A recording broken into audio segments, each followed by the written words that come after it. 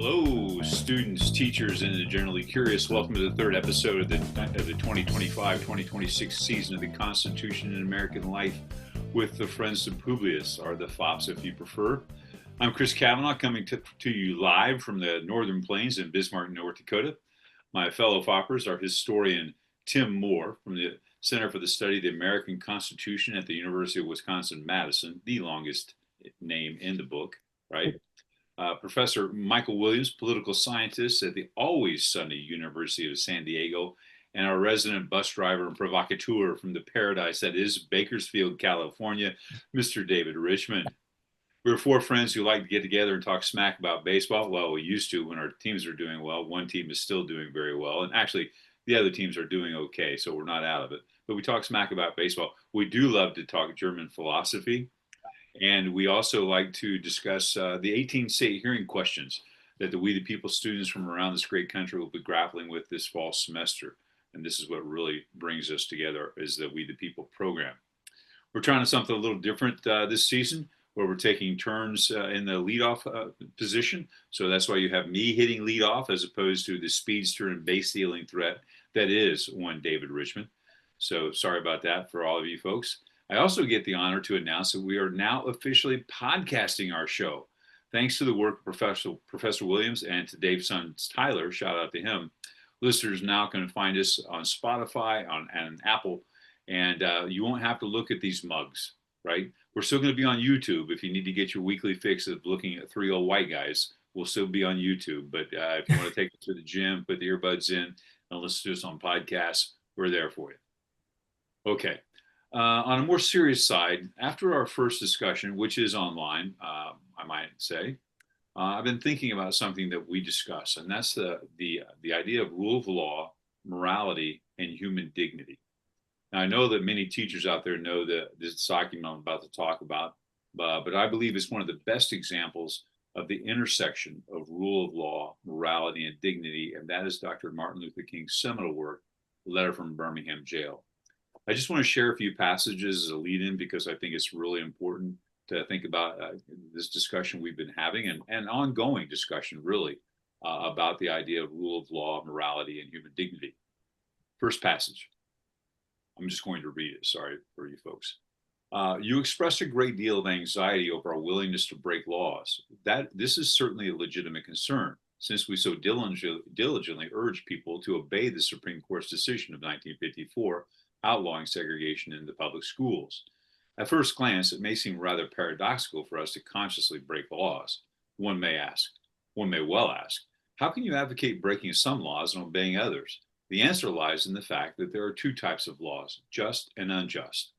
One has not only a legal but a moral responsibility to obey just laws. Conversely, one has a moral responsibility to disobey unjust laws. I would agree with St. Augustine that an unjust law is no law at all. An unjust law is a code that a numerical or power majority group compels a minority group to obey, but does not make binding on itself. This is difference made legal. By the same token, a just law is a code that a majority compels minority to follow that is willing to follow itself. This is sameness made legal. Let me give another explanation. A law is unjust if it is inflicted on a minority that, as a result of being denied the right to vote, had no part in enacting or devising the law.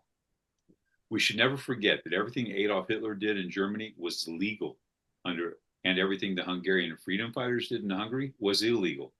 It was illegal to aid and comfort a Jew in Hitler's Germany. Even so, I'm sure that had I lived in Germany at the time, I would have aided and comforted my Jewish brothers. If today I lived in a communist country where certain principles dear to the Christian faith are suppressed, I would openly advocate disobeying that country's anti-religious laws. These were just three short passages from Dr. King's letter that he wrote to fellow clergy members as he sat in a Birmingham, Alabama jail cell in 1963. And as he said, what else could one do but write long letters, think long thoughts, and pray long prayers? A great document about the intersection of rule of law, morality, and human dignity for listeners to consider. Now, I've got something a little bit different too. I'm changing it up. I know we have this great needs to know, nice to know, and our nuts to know segment that David introduced. But I'm going to change it up a little bit because, hey, I'm driving the bus right now. So I've got some famous George Orwell quotes that I'd like to read, and I'm going to have each of you guys pick the one that resonates with you and to briefly explain why that resonates with you. The first one is who controls the past controls the future. Who controls the present controls the past. That, of course, is from 1984, published in 1949, or Rage Against the Machine and the song Testify, if you're a Rage fan, as I am. The second quote, all animals are equal, but some animals are more equal than others. Of course, clearly from Animal Farm, written in 1940, published in 1945.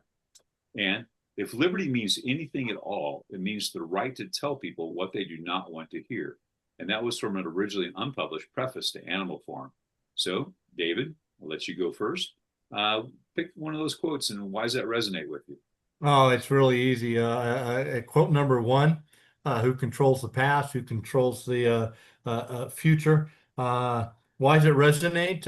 Well, let's see. Just the last 24 hours, I saw that the administration announced an investigation or some kind of review of the Smithsonian institutions there and the kind of information, and that they're supposed to make sure that it only promotes American exceptionalism and anything that brings doubt or darkness to the American narrative is to be removed. You add to that the government's control of universities or attempt to control universities and their curriculum and their hiring that's been going on. My favorite university, the University of California, Los Angeles, go Bruins. They're facing a $1 billion fine for God knows what because the administration wants to control information. So, yeah, quote number one very much resonates with me. And I think anybody who teaches history and political science, hopefully that is the one they choose. So, not to put pressure on the other two guys, but that's where I'm at. All right. Professor Moore, what are you thinking?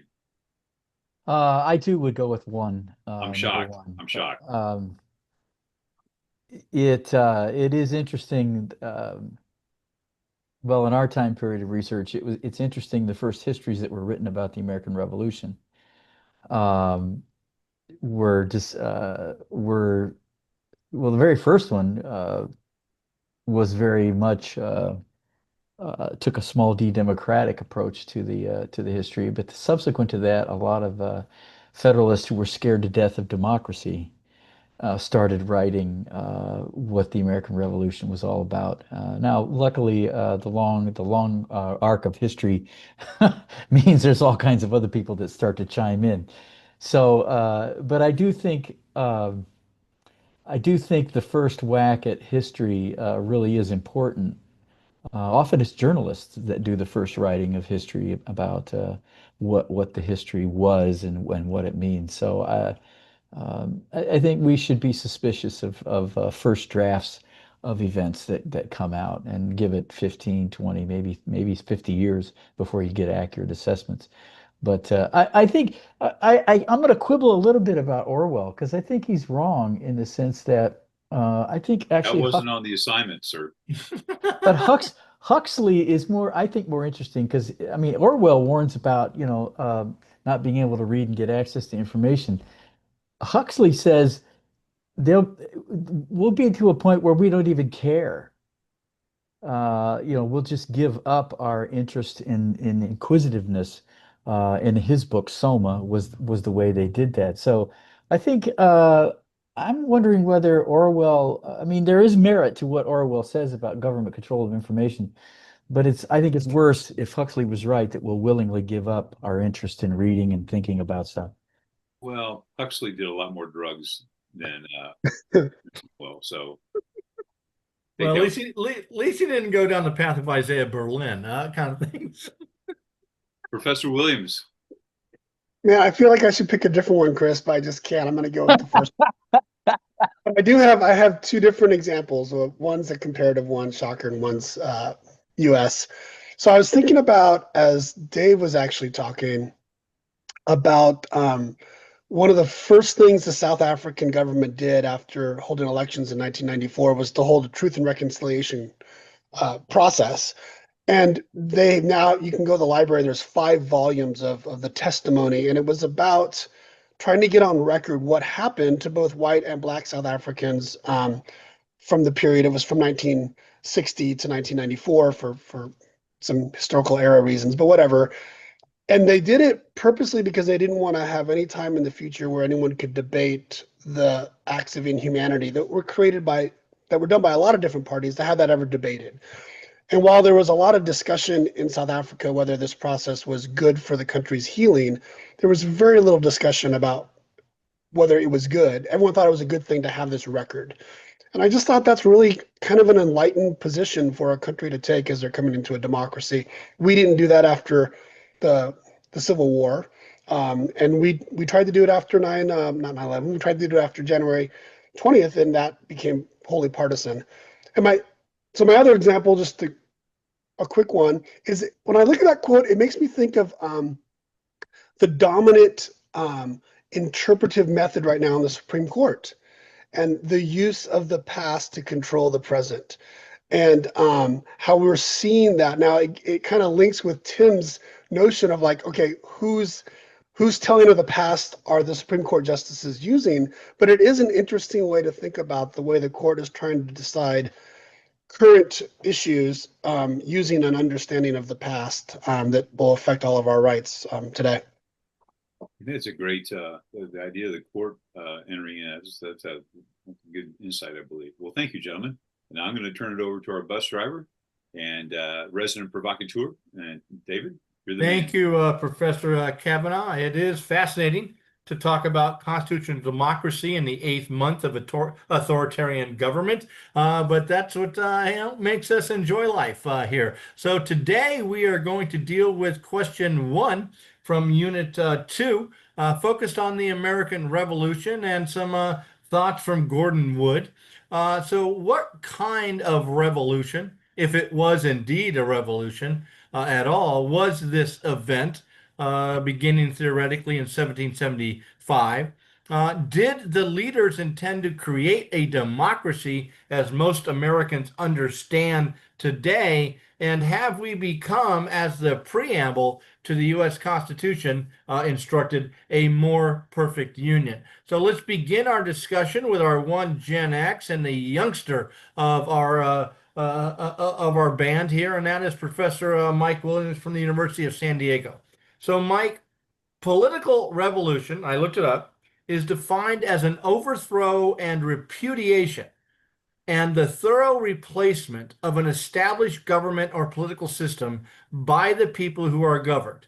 In the words from the musical Hamilton, it is turning the world upside down. Does the American war against England truly rise to the level of revolution, in your opinion? And can you have, I'm wondering, political revolution without significant social change? So kind of two different things there, but I trust you to handle both. Yeah, no, it's a great question, and this is like it's a wonderful first question, and it's a wonderful lesson for students. And I know I talk about this in all my classes. I'm sure all of us do. I mean, definitions are the key. Like, you can't have a discussion until you determine what the definition is going to be. So, David, using the definition that you provided, then I guess to answer your question, I would say, yeah, what happened during the American Revolution was a revolution. I would argue because it profoundly changed where the idea of sovereignty laid, right, or was at. Now, there were debates over where it should go, but it was not going to be with a king, and it was not going to be with a parliament. So this idea of sovereignty was totally under rethinking. And also, just in terms of the institutions that were put in place, it was a complete change of what the institutions were in England. Now, we can argue whether they were just kind of like copying and pasting a lot of the institutions that had developed in the 150 years during colonialism, but it was in that way a political revolution. To Hamilton's point, when I hear that song in the musical, and I was thinking about it, I was thinking I think he's trying to use that as arguing that what the revolution was both a political and a social revolution. And I know you have some other questions for us coming down this.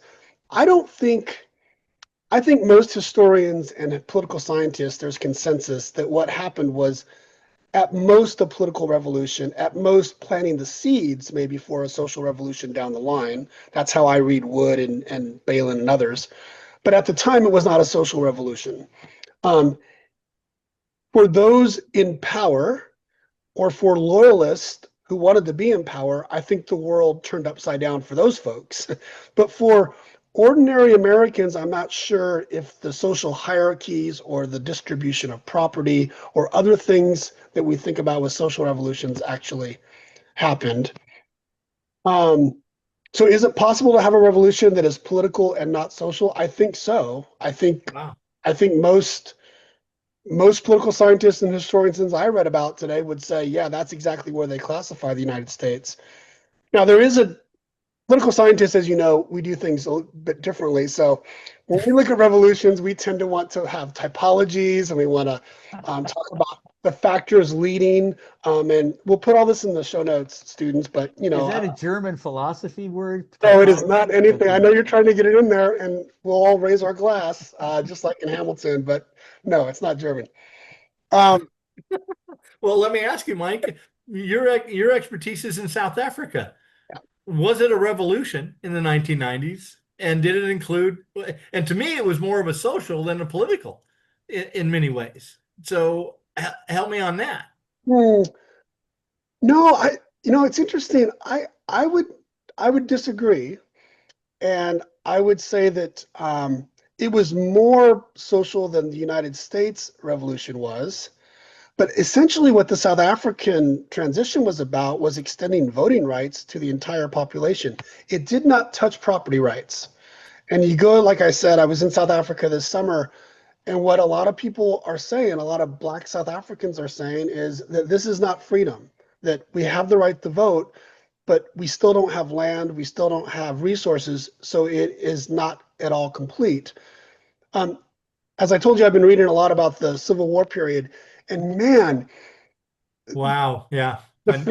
I mean, if the Freedmen's Bureau does what it was set up to do, 40 acres and a mule. if we do what Sherman did under a special order, we were so close to. I mean, that was more of a social political revolution than to me than the founding was, and we were so close to a real social revolution, real in the sense of like real transformation, but it didn't transpire. So I would put American Revolution as strictly basically political. I'd put South Africa probably a little further down the line. And in some ways, even getting rid of slavery, right? Even getting rid of slavery is a bigger transformation than what happened in the United States in 1776 or what happened in South Africa in 1994, in my opinion. So just let me one quick thing, because the essence of this revolution is a shift in sovereignty. All Yeah. right. And so I guess you're going to the preamble of the Constitution and we the people. So let me ask you, who are the people? Yeah. Who are the people? I mean, is it truly revolutionary versus England, which Yeah. Parliament is sovereign at the time of the American Revolution? So I'm just curious, is it truly revolutionary if the people does not encompass all the people? Yeah. And in fact, it encompasses maybe 10% of the American people there. So I'm curious, Professor Williams, and then we'll go to Professor Moore. Yeah, let me go quick, Tim, then you can dive in. I would say this. I would say the Constitution did not set up a democracy. It set up a republic, which by strict definition is just no monarchy. I would say that, yeah, the we and the we the people has been one of the enduring debates. I think a lot of Southerners thought that sovereignty relied in the states, and Andrew Jackson was their champion. I think that folks like Hamilton thought sovereignty lied in the national government, right? I think others thought it relied in the people through the Constitution. That has been a debate. It is so fascinating. After the Civil War, there are debates in Congress over the 14th Amendment, and there are Northern Democrats who are basically in favor of the South, right? Rising and saying you can't do this because of states' rights.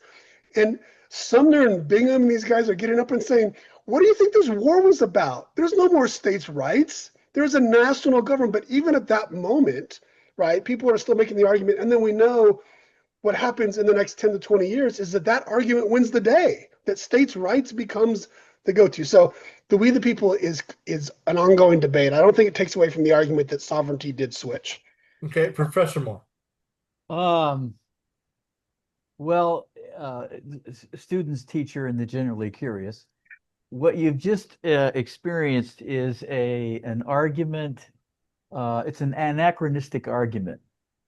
I would say the American Revolution unleashed a ton of democracy, but don't fast forward and ask the question from the perspective of 1787, we the people. The whole Articles period was a tremendous unleashing of democratic features at the state and town and county level. There's a ton of democracy. Go back and read, there's a wonderful book written way back decades ago by Merrill Jensen, The New Nation. He delves into the unleashing of democracy in the 1780s. So I understand your question, David, who is we the people, but you're asking that question from a time period that I would say is a counter-revolution to the revolution that took place in the 70s and 80s. There is a tremendous amount of democracy. The more modern version of this is Woody Holton's great book, Unruly Americans. So I'm pushing back quite heavily on both Mike's answer, but also maybe primarily your question, because you're asking it at a moment of the counter revolution to the real revolution that took place. Just so you understand, because the question is, and it goes back to our very first episode, who are we? And when do we become a nation? When do we become a people, Americans?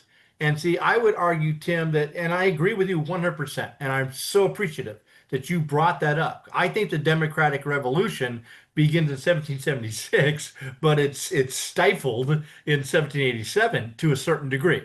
Not completely, but but to me, the issue is, when do we become a people? And if that that revolution put into motion, all right, is codified in 1787, it's okay. And Mike, I think, did a really good job to say we're still debating that whole question of we the people. Sure. And Claremont, there's another book that really is great on this too, that makes the argument that it really undoes the revolution. Claremont's book, The Founder's Coup. So there's a lot of research out there that indicates there's a ton of revolutionary democratic stuff going on in these late 70s and 80s. Chris? Well, on a little side note, The World Turned Upside Down was a song that Cornwallis had played at Yorktown when they surrendered. So that's not originally from Hamilton. So just wow. Okay. Whoa. I know. Who's the curmudgeon now? No, it's the 10-year anniversary, Chris. Come on. Has it been 10 years already? Rain on my parade. Anything else there, Mr. Oh, curmudgeon? yes, absolutely. I think for students, I think you'll learn this as you go through the course of study. The preamble written by Gouverneur Morris, he originally had "we the states," so he changes it to "we the people," which changes the whole dynamic of the document in the preamble to the Constitution. So we play that counterfactual, what it would have been like had he left "we the states." But again, Morris, being who he was at the convention, trying to establish a stronger national government, wanted to kind of cut the states out. We've talked about this before too. When in the course of human events becomes necessary for one people, the lead into the Declaration of Independence, what one people was, to whom was Jefferson referring as one people, right? So I think those are things to consider. And something else, I've been reading this great little book written by this guy named McElwain, and I've got it right here. This is a small book. It's called The American Revolution, Constitutional Interpretation. However, this was something that I found fascinating, and I highlighted it for us for today. He said that we were put on the road to independence in 1649 with the creation of the Commonwealth Act, because he talks about the Commonwealth Act talks about the people, because it reads like this: let's see if I get this correct. Be it declared and enacted by this present Parliament and by the authority of the same, that the people of England and all the dominions and territories thereunto belonging. So it's talking about the people creating this. So we're coming from that very tradition of the people. And of course, this is getting into that urinating contest between the Parliament and the King. He has a couple of paragraphs that are really good. And I know Tim has talked about this. What has happened in Ireland prior is a really good example of what's going to happen with us. And McIlwain's argument, he basically says, is like, we being the colonists, we have an interpretation of the British Constitution as the king as sovereign, and our interpretation differs from the interpretation of the people in England that believed Parliament was sovereign. So that sovereignty, that crash course of sovereignty. So as Parliament takes over and becomes a more of a constitutional monarchy in Great Britain, our roots might be a little different. Tim, you look. Well, today's question is really a great question in the sense that I would answer it. I mean, Mike, I think you've said revolutions are primarily political. No, No, the I don't question know. was the U.S. a political revolution? Yes. Okay. So what I would, I'll push back on that too, because I think there's a wonderful book, a wonderful 180-page book on that totally destroys that argument, written years ago by Jameson, said it was a social movement. Yeah. And then there's the John Philip Reed argument. It was pure, Chris's point, there's a constitution that's being in the revolution's about the meaning of a constitution. Jameson, it's the meaning of social consequences of the Declaration of Independence. The political, then there's the economic argument. So the rare student, the revolution has been historiographically explained five different silos, if you want to use the political science approach, not just strictly political. Yeah, but wouldn't you agree there's a consensus with historians that it's, I mean, even Wood says it wasn't social at the time, it planted the seeds. Right. Beard and Zinn would say it was never like Right. it was. I mean, I don't know those two books that you just referred to. Maybe I should look at them. I don't see how if you're keeping property rules and you're keeping slavery intact, how then you Women, do the roles of women change? Well, but that's a presentism applied backward. There's a ton of social change that's taking place right after the revolution in the 80s. Now, not to our liking in terms of slavery and women, but there's a lot of upending of property laws. You go from freeholders versus taxables. I mean, there's a huge switch in who can vote just in that subtle switch. Okay.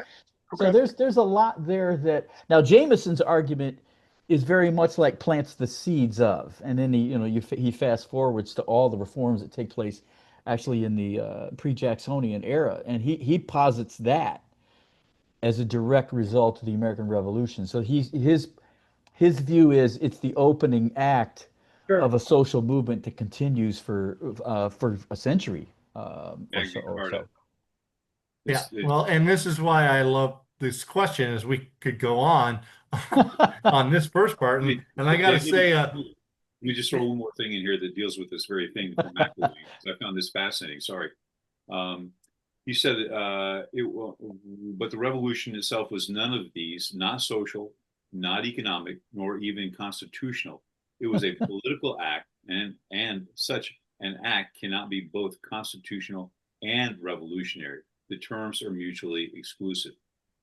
So that will help muddy the water a little bit. Yeah. Play around with that, students there. And I just got to say, Chris, I had a visceral reaction when I heard the name McIlwain, which was a pronoun that we can't mention on here for a long time amongst certain friends and colleagues of mine. How many years ago? I can't remember to that. So, Chris, what I want to do is I do want to do some comparative kind of thing, and it is based upon my original definition of revolution.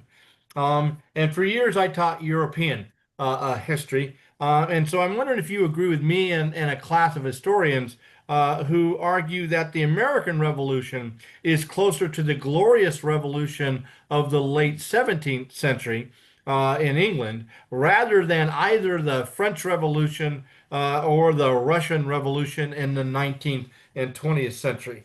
Where are you on that? Would you agree with me on that, that the American is more like the Glorious Revolution, and is it redefined political roles, but it was not a repudiation or a world turned upside down like the French and Russian revolutions? I think you have to look at, and we meant I should Crane Brinton. I don't think he's German, but Crane Brinton, his stages of revolution, and I use that in my freshman class on global studies, and we do take a look at the French, we take a look at the Russian, which is very confusing for freshmen in high school, and then a little bit of the Chinese Revolution as well. I think there are similarities between the Glorious Revolution, right, and the American Revolution, but there are a lot of dissimilarities as well. And the point that Wood makes in the book is it's kind of weird that we again, the colonists, using the royal we, the colonists, the standard of living on this side of the Atlantic was some of the best standard of living in the world. The literacy rates, Tim, I think the idea of democracy that was already happening at the colonial level for landowners. People were practicing self-government this whole period of benign neglect, and through that, there was really good life to be had. So if you look at the French Revolution, literally people starving, and the bread goes up in price, or the sugar because of the revolution in Haiti, or if you look at peasants in Russia under Tsarist rule, how terrible it were for those folks. You can understand that groundswell in the French and the Russian. You can understand how people like we I'm tired of working how many hours a week, and now I'm being taxed for this, I'm being taxed for that. I can't, so you get some people to jump in and get things fired up, and you have that. But on this side of the Atlantic, in the 1760s and the 1750s, you don't really have that. I mean, one of the first things we have to deal with here are the Navigation Acts. So when Parliament starts passing the Navigation Acts, then you start to see some of this, like, well, wait a minute, Parliament, we're not represented in Parliament. How is it that you get to make these rules for us and not the king? But the similarities I see are concerns for rights and governance. Who has the power, right?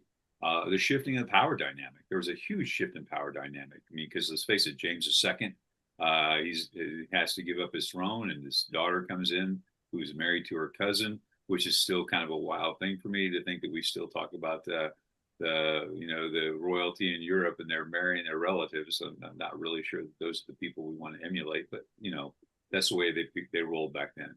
So Bill and Mary come in, and we get the English Bill of Rights, and then we get a constitutional monarchy. So there's a huge shift there, and it is establishing, and I think this is to Tim's point earlier, it is establishing a future governance, right? Both are foundational in shaping the future political structures and traditions of their respective countries, right? But there's also, I mean, let's face it, the Glorious Revolution was relatively bloodless, and the American Revolution, comparatively, was, oh my gosh, at the time was one of the bloodiest conflicts in our nation's history. When you look in our nations, but relative to the French Revolution and the Russian Revolution, it's, oh my God, the French Revolution is French So Revolution. that whole bloodless situation. Yes, Tim. Yeah, I think Chris is onto something there about the linkage with the American Revolution, the Glorious Revolution.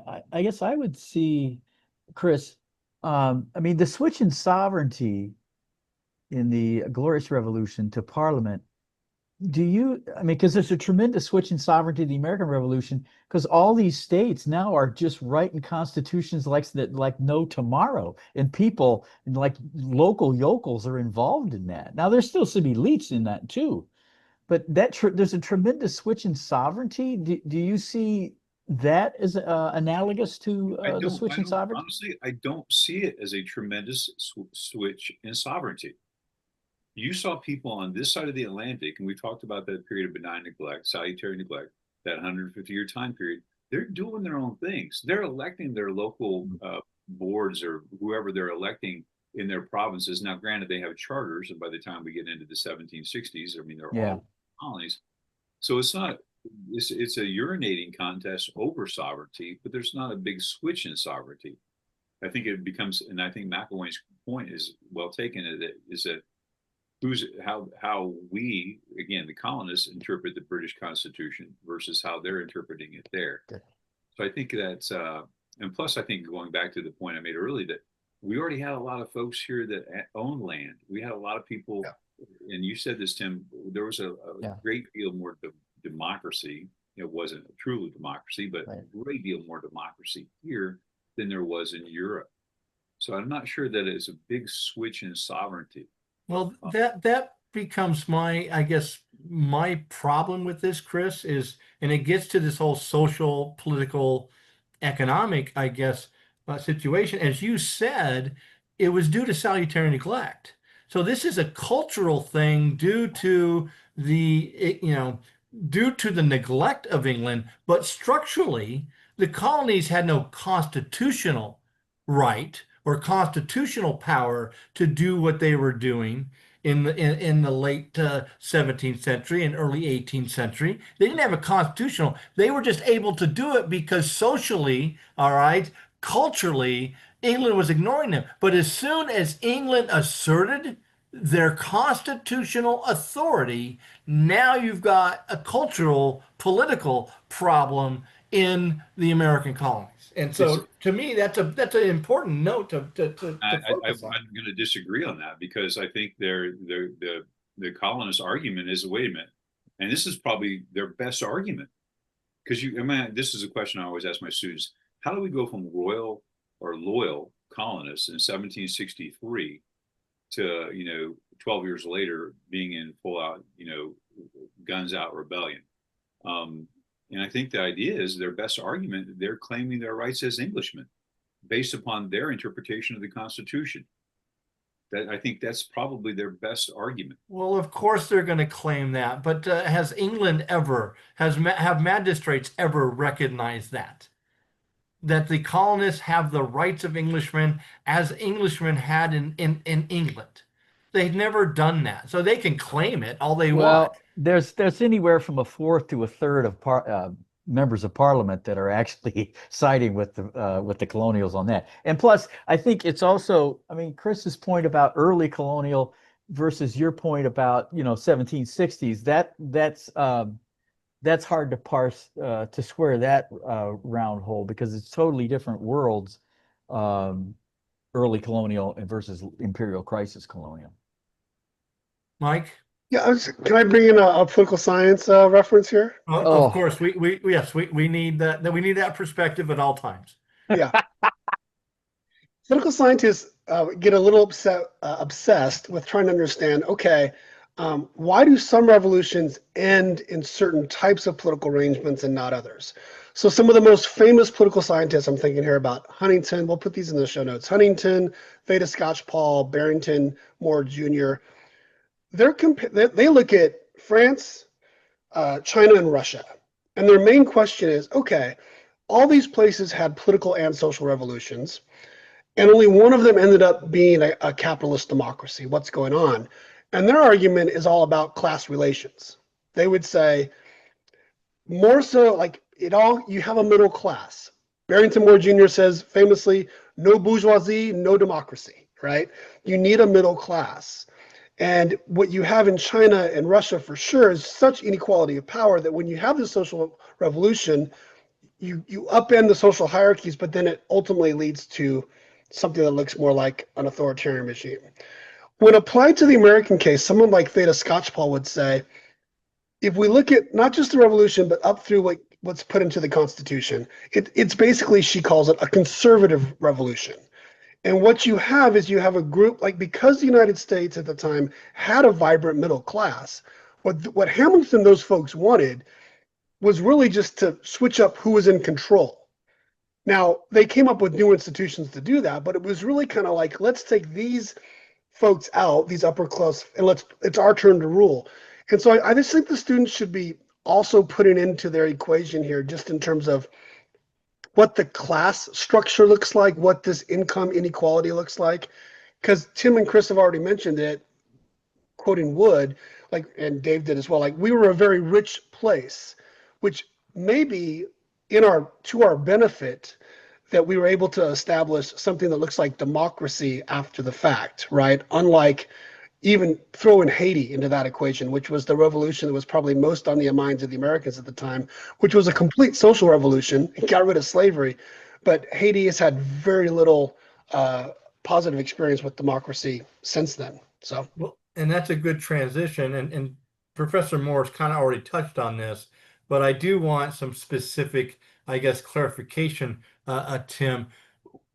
And it seems to me you're saying that Americans, and this is from a modernist point of view, because that's where our students are. They live in the 21st century, and these terms, all right, democracy kind of thing, these terms mean something different than the 18th century. So my question to you is, were Americans of the 18th century fighting a war against England for democracy as we understand the term today, or for a republic as understood in the 18th century? And if you can make a distinction for students, that would be very helpful.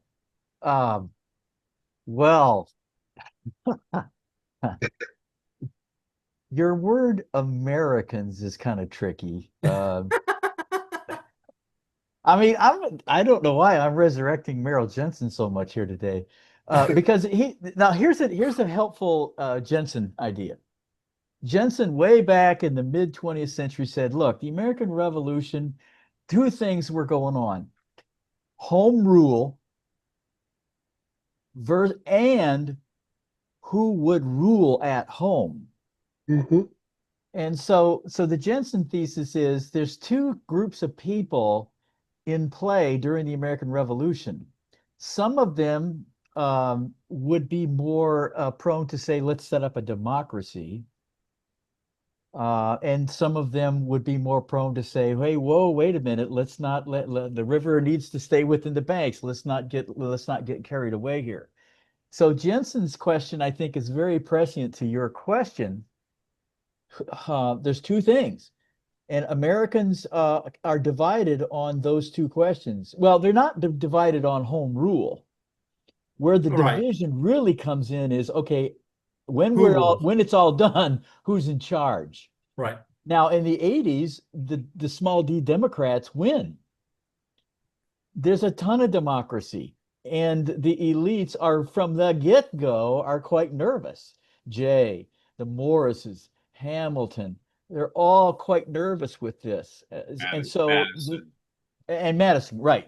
I mean, he's unleashes his note taking on a 13-page Vices of the Political System. So Americans, were they fighting for a democracy or a republic? Well, most didn't want democracy. That's a negative word. They would all call themselves, they were in favor of representative government, Republicans. But how much democratic feature would be in those new constitutions is where the devil is in the details. Most everybody fears democracy. It's amazing, their letters and their public pronouncements about the weaknesses of democracy. So I think they're in favor of republics, but when you start looking at the democratic features of the new constitutions, you start to see the details of the tremendous democratic principles of the 80s that gets undone, in my estimation, by the counter-revolution of the Constitution. Well, when I was asking this question, Tim, you gave me a funny look when I talked about students and the terminology, because I think one of the weaknesses or one of the failures of civic educators is to make that distinction between democratic Yeah, style government of the 18th century and what we mean by democracy yeah, today. Do you yeah, think that distinction is important for I we the do. people students to be able to make? Yes, I do. I mean, it's critical that they were not interested in setting up democracies. They wanted filtered. And to Mike's point, that the people in positions of power are going to give that up, if they give it up, are going to do so very reticent, with great degree of resistance. So I think it is a big, important distinction.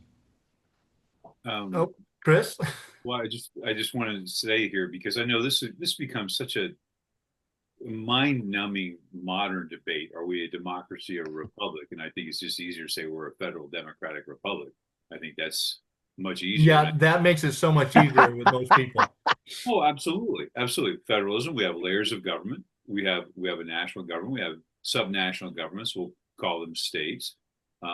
We also have, and Madison wrote about this. You can't get it to a Republican form of government without having some levels of democracy. You have Right. to have some people participation. I mean, if going back to the debate or the constitutional debate about the American Revolution, our rights as Englishmen, and because we are the English people, whether we live in the Dominion or the realm, and that language says that in that Commonwealth Act of 1649, because we are the people, then you have to have the people participate. Because what's that one thing? No taxation without representation. Oh yeah, that thing, right? So you have to have the participation of some people. But granted, we are going to work on these Republican principles of representative government. So Madison wrote about this extensively, I think. So, Mike, go ahead.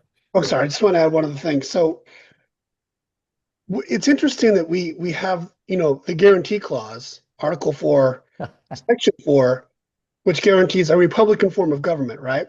So I was reading something today. It was just fascinating. In discussing the Reconstruction amendments, a couple of politicians stood up, Republicans, and they said, look, we didn't need the South has been a problem the South has not been small r Republican from the get-go. And it's because of the slaveocracy. And what they were getting at was really not about voting, but about engagement. And they said, look, the postmaster can't take anything that's anti-slavery into the South. You can't talk about getting rid of slavery in any of the Southern legislatures. There's no engagement or communication about it. And that really, people in the 1860s looking back to the founding said, we had the power from the get-go to do more to the South. We don't need an amendment. We could have done it with Article 4, Section 4, right? Their understanding of Republican wasn't, and it wasn't necessarily about the voting. What's fascinating is that after the 13th Amendment, the big question comes back to the first question of the Republic is like, how are we going to turn people into power? And they said, well, if we're going to count all of these freed slaves now, then the South is going to have all this representation, and we, the Republicans, can't win an election down there. We've got to figure this out. Maybe we need to give the freed slaves the right to vote, not for a moral reason, but because that's how we're going to win an election. I mean, that's what some. So it comes down to this democracy. To Tim's point, is when it's brought up, I think, in terms of like a political calculation more than a universal right. But I do think this Republican idea carries some weight in terms of like a republic. Maybe you don't have voting, but you have engagement, you have discussion, you have something that looks like consent, right, happening. And a lot of the criticism of slavery in the South was that the slaveocracy was not allowing that to happen. So let's build on that. No, we got to move, Tim. Let's Okay, build okay. on that, The Dorr Professor Moore. Revolution, And the let's Dorr bring, Rebellion, Rhode Island, the yeah, Guarantee Clause. Look it let's up. It's bring this hilarious. into the modern era. And before that, I just got to say, Professor Moore and Professor Kev, aren't you guys proud parents? Professor Williams has immersed himself into the 19th century history. He's just so enamored. I'm thinking you guys got to feel like proud parents, He's come a to long get way. this political scientist to immerse himself into 19th century history. He's come a long way. It's impressive. Yeah.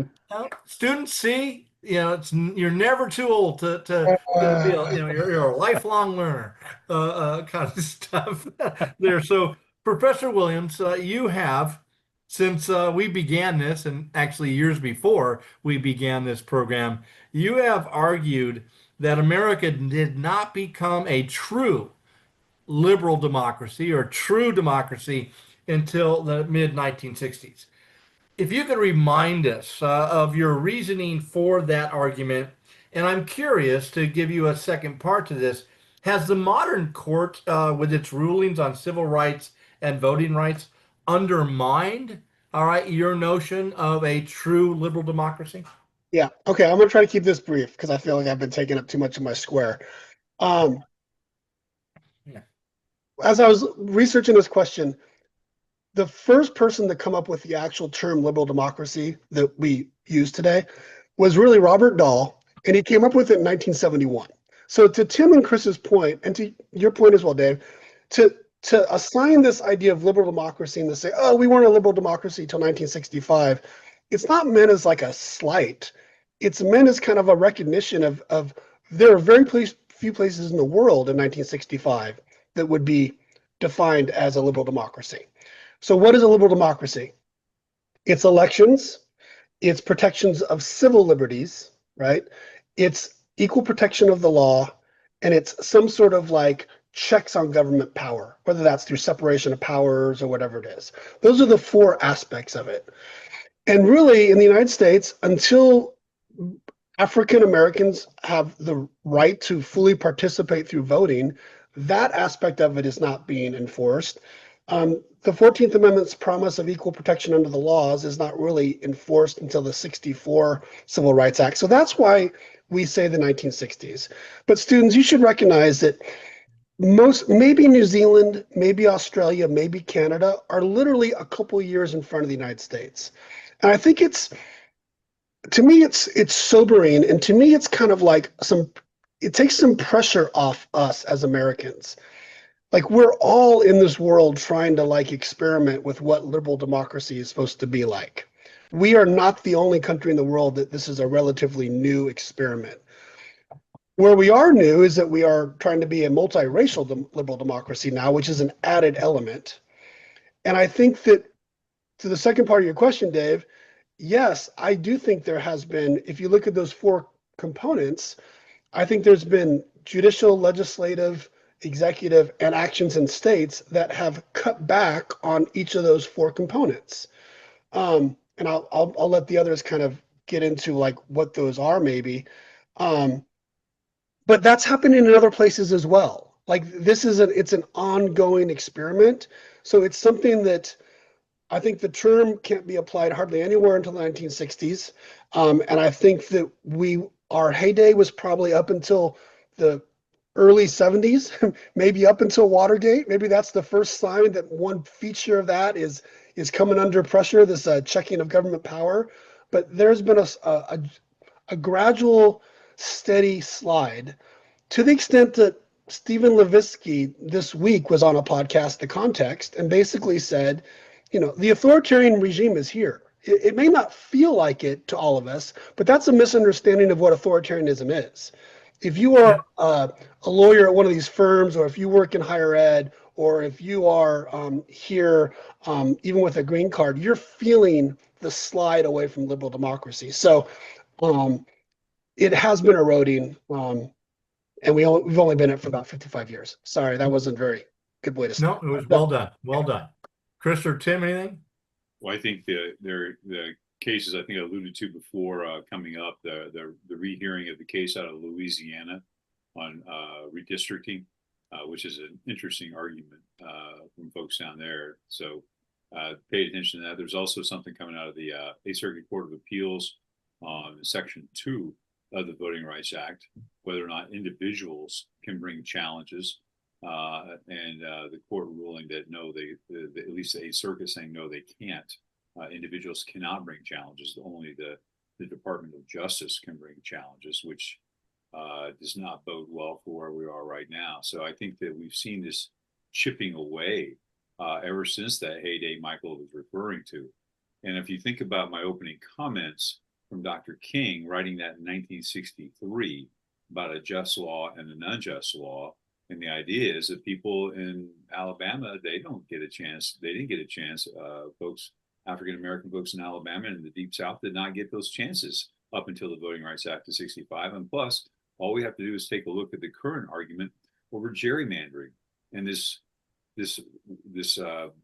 war that we've gotten into with Texas trying to find 5 votes because the president asked them to try and find 5 votes, and then your governor, Governor Newsom, threatening to retaliate, and now we have other states jumping into this, and it's illegal.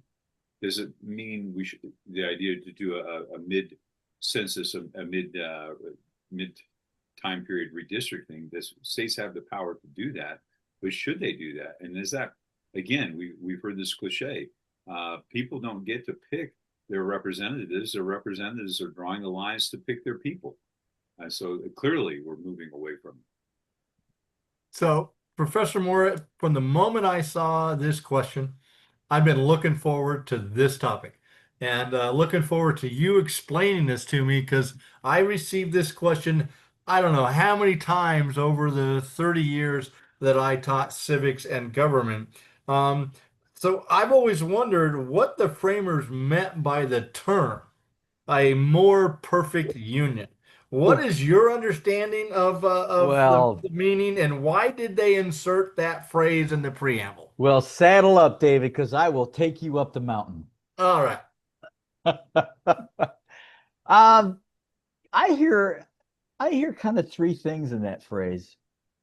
First of all, I hear a humility, in the sense that in 1787, things weren't perfect.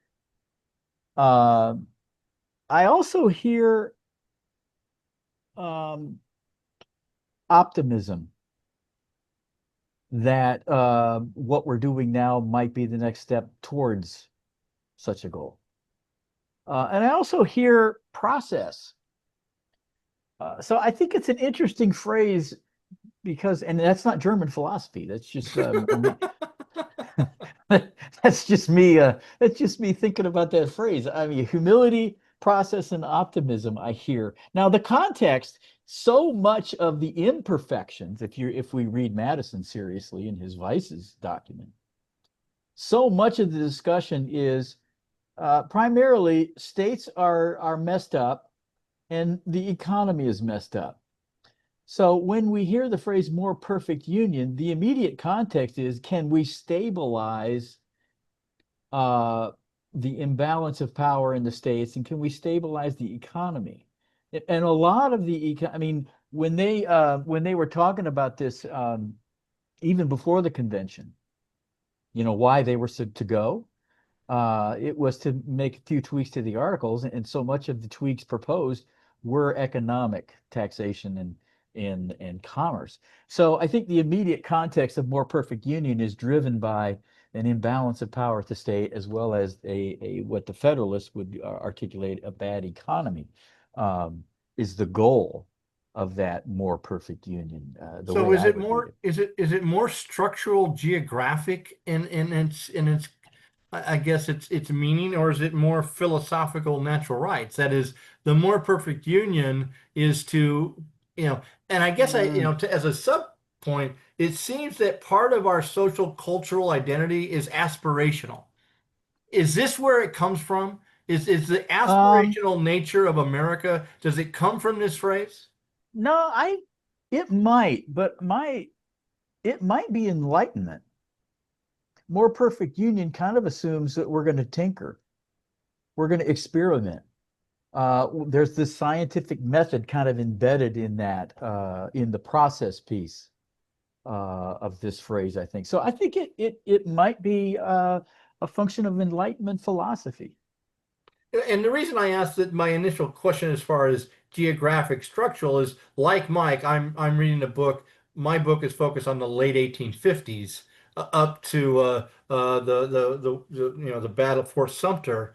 And it seems to me that a lot of the concern was just, if South Carolina leaves, the structure, geographic element of America is broken. Nobody's really concerned Oh, about the rights side of well, this. yeah, there is a geography at the time because at the time there's some thoughts of creating three separate um, countries.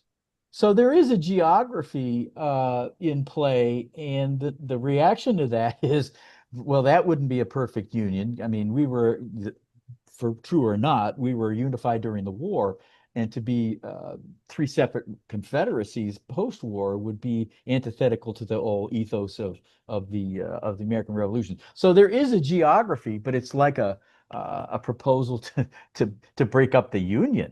Yeah. And the Federalists argue that's terrible. That's not a more perfect union. Kavanaugh?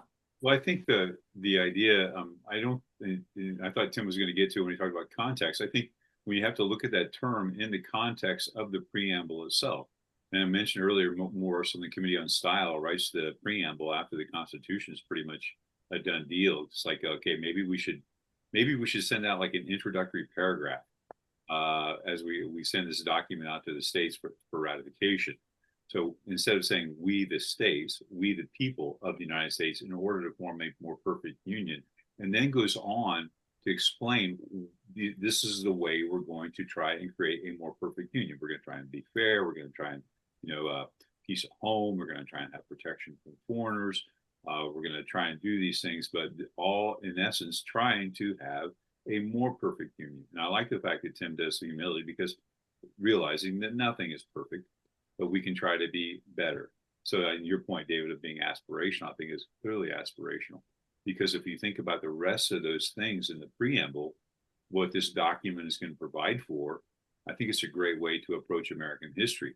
How well have we lived up to these promises, and when have we fallen down, and when have these promises done this?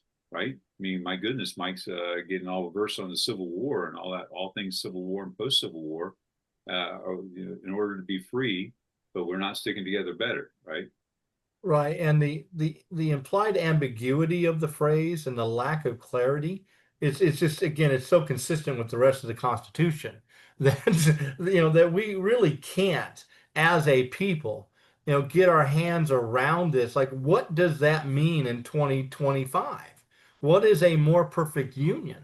And I mean, I thought we were on that pathway with Mike's identity of the mid 1960s, or we're finally coming to this flowering of a liberal democracy as understood at the time. And it seems to me that now our notion of our construct of more perfect union is very different than when the three of us were young adults and things like that. So I just again so it just entertains me the language that the framers used, which I understand why they did.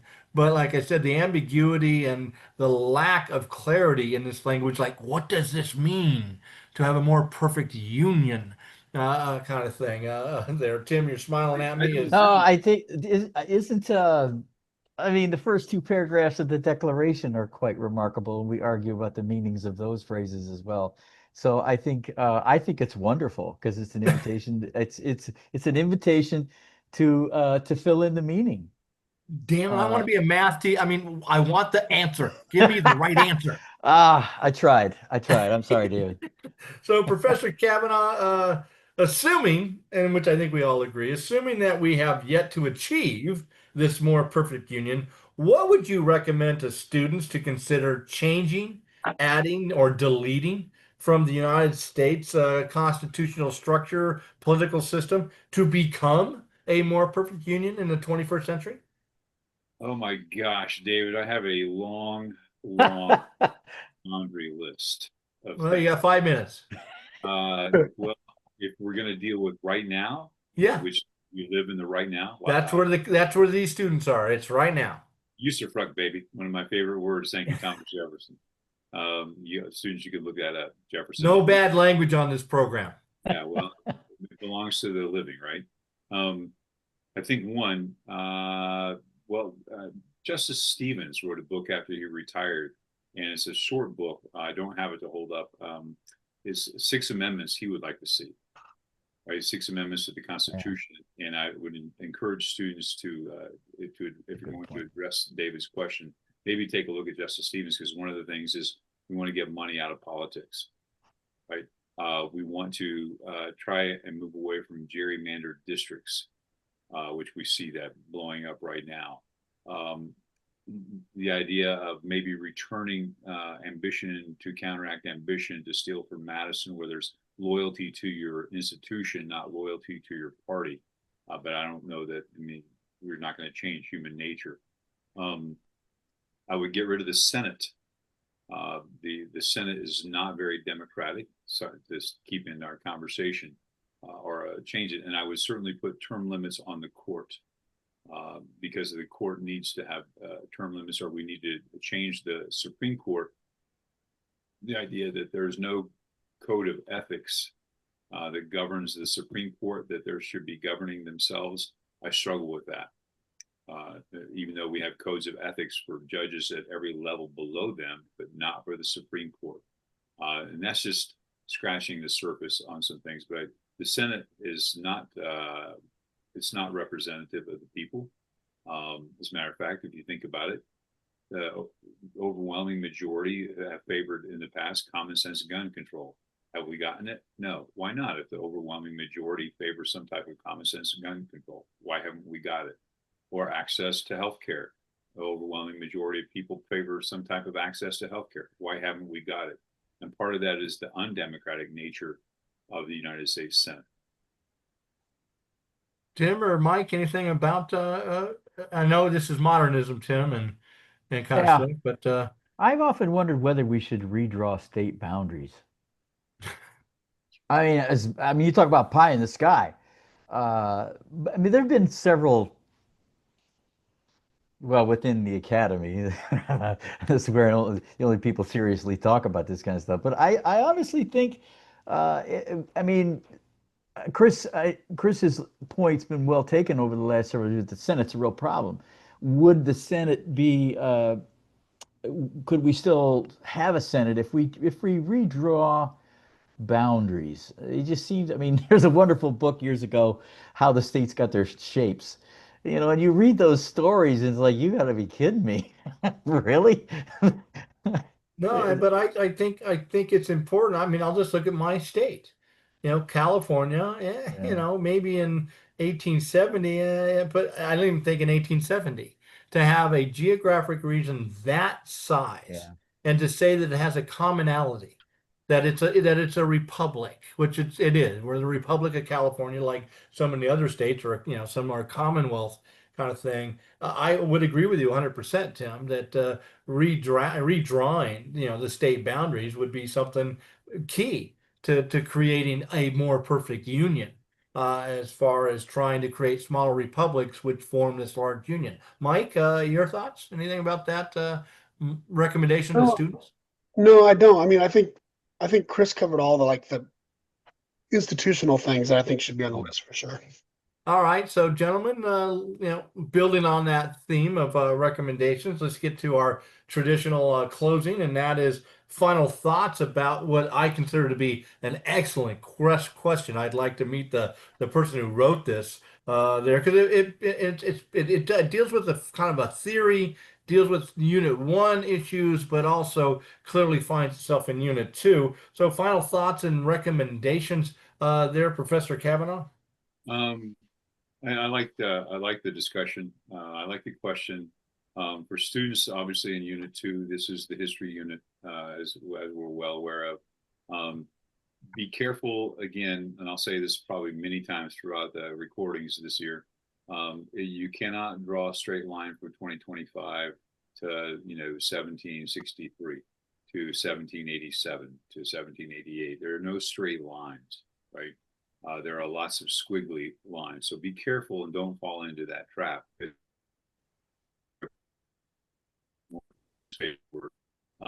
So, and all We're having a little problem, Chris. Yeah, You're breaking fading up. out. Yeah. Yeah. Oh, sorry. The idea is, you can focus on the now, but when you take a look at the history, there are lots of histories to consider, right? Lots of histories to consider. So just be careful with that. Professor Williams. Yeah, this has been a great discussion. Thanks for getting us started, Chris and David. Thank you. These are just excellent questions. I think I think Chris is right that applying this back to 1776 or 1787, some of these ideas we've been talking about, that's not fair, but maybe it's fair to apply them back to 1965. Maybe that is fair. And so, I mean, Dave started us. A revolution is defined by an overthrow or repudiation of a thorough replacement of an established government or political system by the people who are governed. My friend Samuel Huntington, political scientist, he said a revolution is a rapid, fundamental change in dominant values and myths of a society in its political institutions, social structure, leadership, and government activity and policies. And what that gets me thinking about is that I really have come to believe that politics is downstream from culture. What I mean by that, students, is like the values of any segment in American society, that's going to determine the way politics is practiced and played and stuff. So I think to put it into the present case, even the last 55 years, I think it's fair to say that maybe the 1960s was a type of limited political revolution, and that what we have seen the last 10 years is a sort of a counter revolution.